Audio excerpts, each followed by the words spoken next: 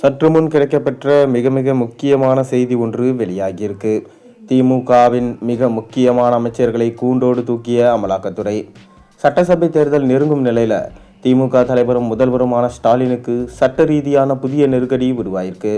திமுகவின் பலமே அதன் மாவட்ட செயலாளர்கள் தான்.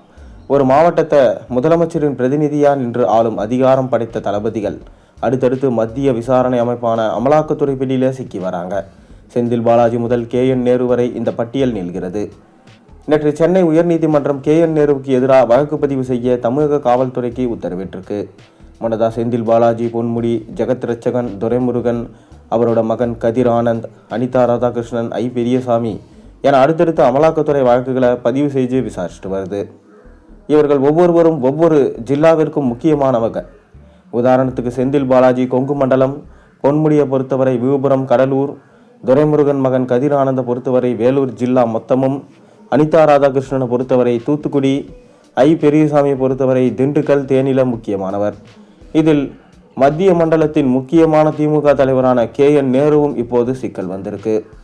திமுகவின் அசுர பலமா கொங்கு மண்டலத்தில் உருவெடுத்தவர் முன்னாள் அமைச்சர் செந்தில் பாலாஜி.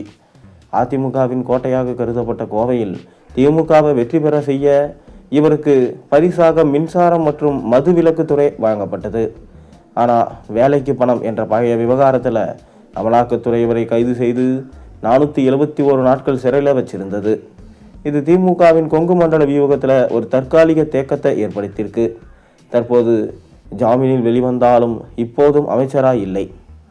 சட்ட போராட்டங்கள் இன்னும் ஓயவில்லை. வட தமிழகத்தில் திமுகவின் மூத்த முகமாக திகழ்பவர் பொன்முடி. உயர்கல்வித்துறை அமைச்சராக இருந்த அவர் மீது சொத்து குவிப்பு வழக்கு மற்றும் செம்மண் குவாரி விவகாரங்கள் அமலாக்கத்துறை மற்றும் லஞ்ச ஒழிப்புத்துறை வலயம் அமைச்சது. நீதிமன்ற தீர்ப்பால ஒரு கணம் அமைச்சர் பதவியை இழந்த உச்சநீதிமன்ற தலையீட்டால மீண்டும் பதவிக்கு வந்தார். ஆனால் அமைச்சர் பதவியை இழந்துட்டார். விழுப்புரம் மண்டலத்தில் திமுகவின் தேர்தல் இயந்திரத்தை இயக்குபவரான பொன்முடிக்கு ஏற்பட்ட சிக்கல்கள் கட்சிக்கு பெரும் தலைவலியை தந்திருக்கு. மீன்வளத்துறை அமைச்சர் அனிதா ராதாகிருஷ்ணன் மீது வருமானத்துக்கு அதிகமான சொத்து சேர்த்த வழக்கில் அமலாக்கத்துறை தொடர்ந்து விசாரிச்சுட்டு வருது. இவருக்கு சொந்தமான பல கோடி ரூபாய் மதிப்பிலான சொத்துக்கள் ஏற்கனவே முடக்கப்பட்டிருக்கு.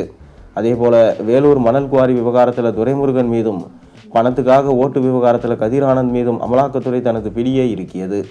கடந்த ஆண்டும் கூட கதிர் ஆனந்த் இல்லத்தில் மெகா ரைட் நடத்தப்பட்டது.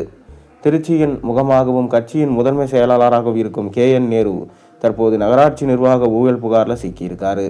2516 பணியிடங்களை நிரப்புவதில் ஊழல் நடந்ததா அமலாக்கத்துறை கொடுத்த ஆதாரங்களின் அடிப்படையில் இவர் மீது வழக்கு பதிவு செய்து உயர்நீதிமன்றம் உத்தரவிட்டிருக்கு. அமைச்சரின் சகோதரர்கள் மற்றும் நெருக்கமானவர்கள் மீது பாயும் இந்த விசாரணை டெல்டா பகுதியில் நேருவின் செல்வாக்கை சிதைக்க எதிர்கட்சிகளுக்கு கிடைத்த ஆயுதமாக மாறியிருக்கு. ஒவ்வொரு மண்டலம். செந்தில் பாலாஜிக்கு கொங்கு, பொன்முடி வடக்கு, KN நேரு டெல்டா, துரைமுருகன் வேலூர், அனிதா ராதாகிருஷ்ணன் தூத்துக்குடி. இவர்கள் அந்தந்த பகுதிகளில் வெறும் அமைச்சர்கள் மட்டுமல்ல, தேர்தலை வெற்றிகரமாக நடத்த தேவையான நிதி மற்றும் நிர்வாக பலத்தை கொண்டவர்கள். இவர்களை சட்ட சிக்கலில் முடக்கினால் திமுகவின் தேர்தல் பணிகள் பாதிக்க வாய்ப்பு இருக்கு. 2026 தேர்தலுக்கு இன்னும் சில காலமே இருக்கும் நிலையில முதலமைச்சர் ஸ்டாலின் நம்பிக்கைக்குரிய தளபதிகள் வரிசையா நீதிமன்ற படிக்கட்டுகளை மிதிப்பது கட்சிக்கு ஒரு தர்ம சங்கடமான சூழலை உருவாக்கியிருக்கு. அரசியல் பழிவாங்கல் என்று திமுக இதை சொன்னாலும் நீதிமன்ற உத்தரவுகள் மற்றும் அமலாக்கத்துறை சமர்ப்பிக்கும் ஆதாரங்கள் பொதுமக்களிடையே என்ன மாதிரியான தாக்கத்தை ஏற்படுத்தும், தேர்தலில் எப்படி தாக்கம் ஏற்படுத்தும் என்பதை பொறுத்திருந்துதான் பார்க்க வேண்டும்.